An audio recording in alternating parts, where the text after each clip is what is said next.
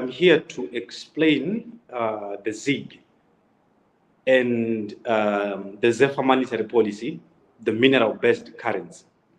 It is very simple to have a mineral-based currency, but there are 12 keys that are very important to note when you have a mineral-based policy. Number one, you need to have the selection of minerals, which is very important. You need to select minerals and consider facts such like scarcity, stability, intrinsic value, and historical acceptance.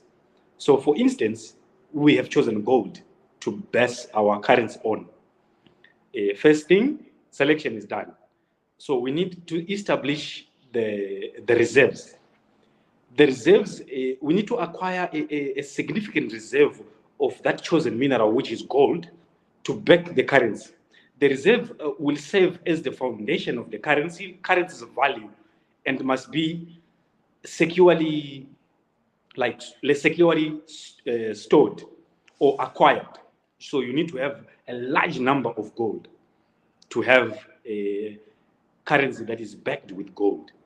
A large number of gold, and that large number of gold now, we need to establish again the standard, determining the fixed exchange rate between the mineral and the currency units.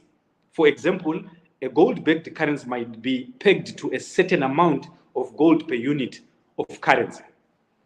So now, which means our gold we're selling at $2,021 per ounce.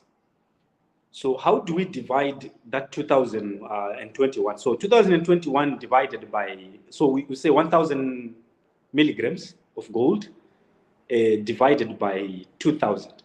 We have 0.050, 0.50, which is our dollar. That means our currency, if you have $1, you will have 0.050 ounce of gold.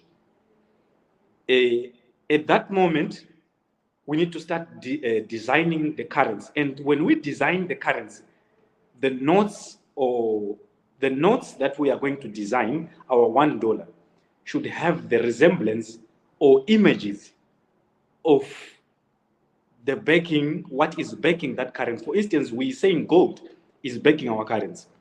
So we need to have images of gold on that on the notes itself, from $1, $2, $5, $10, and $100. We need to have some resemblance of gold to that note. Then from there now we need to set up a legal framework. A legal framework that we need to develop a legislation to support the introduction of that mineral-based currency, including regulations for extraction, storage, and trading of minerals.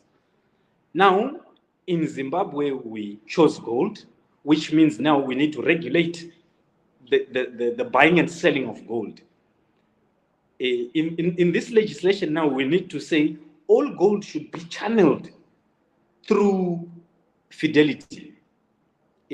Small-scale miners and large-scale miners, they need now to mine the gold, send it through fidelity for purification, and we need to regulate the price now.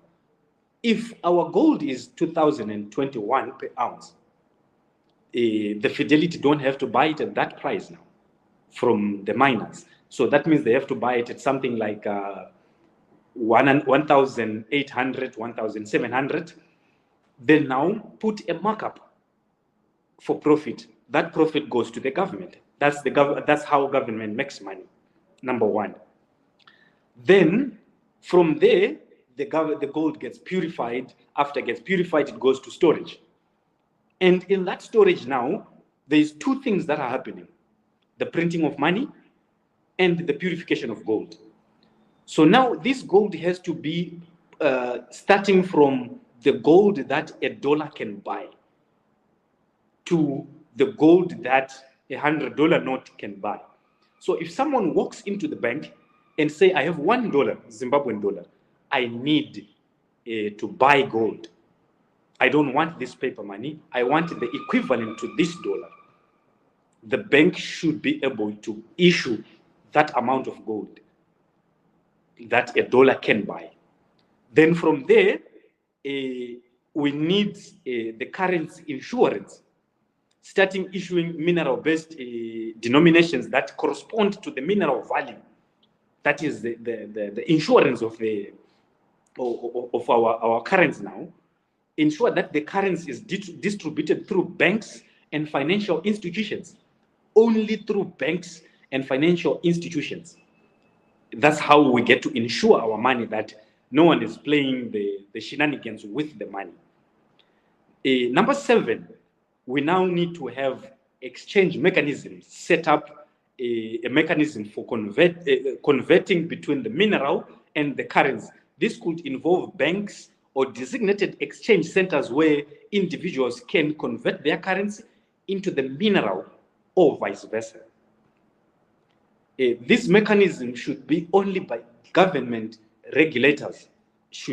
There should be a board from RSBZ that govern these mechanisms of exchange, which are regulated also by government to ensure that the insurance that our money, no one is playing shenanigans with that money. And now, remember, we should also set up that monetary policy, establishing a monetary policy that governs the management of mineral reserves, insurance of currency, and maintenance of price stability. So in number 9, we need a transparency auditing. Ensure the transparency in the management of the minerals reserves by conducting regular audits to verify the quantity and quality and authenticity of the baking minerals. So it is a complex thing whereby you need to monitor closely in each and every step from buying the gold. So now no one is allowed to sell the gold from Zimbabwe because we already established a market inside Zimbabwe of our gold. This is our market. At the same time, it's interlinked with our money. That means every $1 that I get Zimbabwean dollar, there should be gold that is equivalent to that note that is printed. So we need transparency on that this is the amount of gold that we have, and this is the notes that we have printed, which corresponds. If it does not correspond, we will have a problem. And number 10, before we even launch this currency, there should be what we call education and promotion to educate the public about the benefits and stability of a mineral-based currency system and promote the currency as a reliable store of value and hedge against inflation. So now, the key players in this mineral-based currency is the public, because they are the ones who are going to use this currency. And we need to establish trust between the government, the banks, and the public, which is very important. Before launching everything, we should put a gap of 1 year to create trust between the government, banks, and public.